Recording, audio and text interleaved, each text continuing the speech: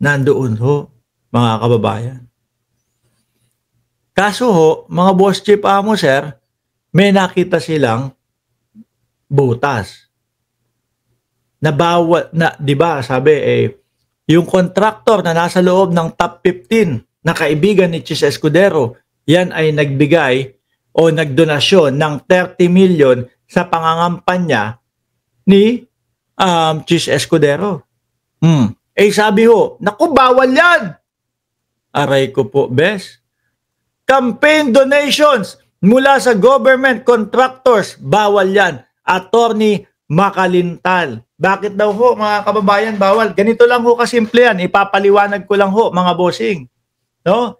Bawal kasi, ang mangyayari niyan, baka mapaboran yung contractor na yun. Baka ang mangyari ho, oy, kasi ito, nasa bid yung contractor na yun, ano? Nasa bidding, humaharap sa bidding, may ibibigay kaming bidding, sasabihin nung nabigyan ng donasyon, uy, contractor ko, may power siya nanalo siya no? Uy, kaibigang contractor ko yun ang kunin mo ha, yari na, mga kababayan. Di ba? Bias na, hindi na patas. Sabi ni Ralph Montiflor, meron dito sa Negros, na check ko sa sumbong sa Pangulo, di nag-exist ang proyekto.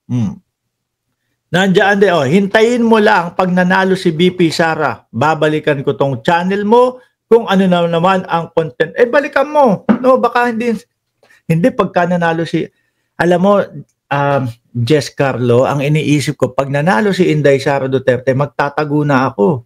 Baka mamatay ako. Hindi!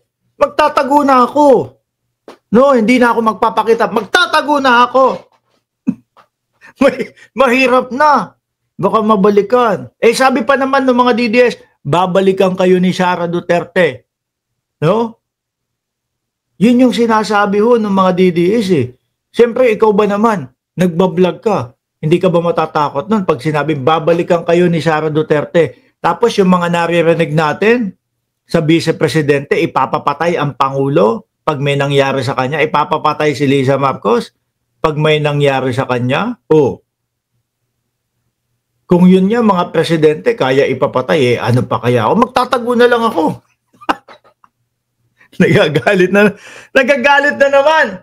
Paano pagka hindi nanalo? Kasi nga, 20 milyones na lang kayo dyan na mga DDS. Iyakan na naman. Sasabihin nyo na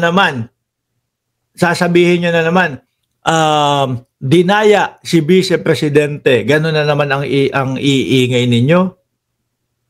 Sabi ni Brian, Joshua, Munar, isang bagsak daw tayo. Mga kasuled, isang bagsak. Suled! Suled! S-U-L-E-D!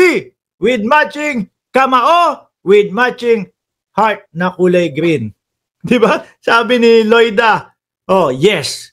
Dahil, ano daw? Sabi ni Ma'am Loida, yes, dahil mamamatay tao silang mga DDS.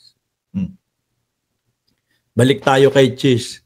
Campaign donations mula sa government contractor, bawal yan. Attorney Makalintal. Violation of this rule is an election offense which carries the penalty of 1 to 6 year imprisonment. Nako, makukulong si Chis.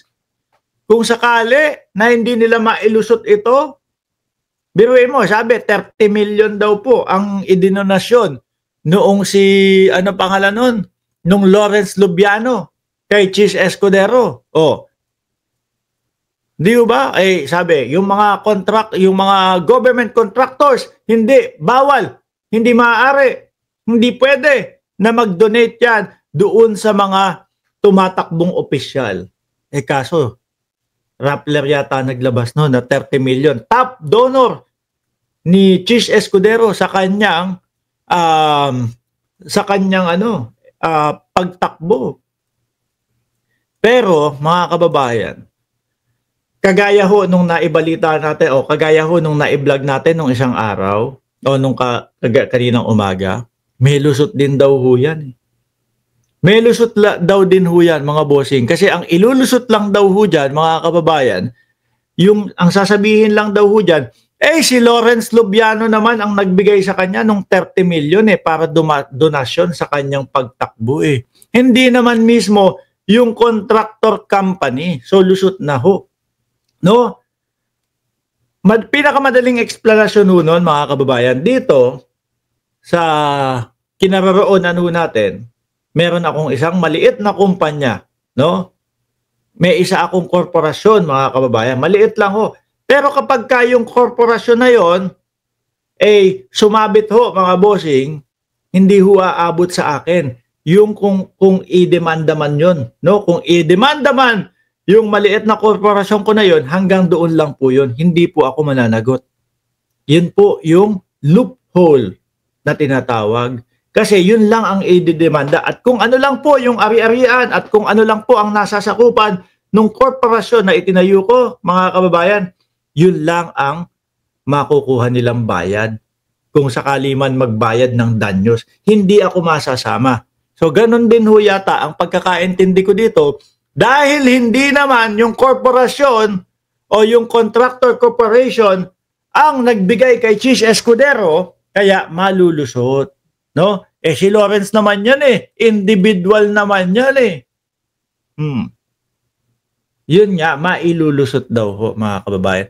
Paliwanag ho yan doon sa ipinalabas natin na video, galing po doon sa best friend ni Sangkay Janjan na si pangalan noon, nakalimutan ko, si Ed Lingaw.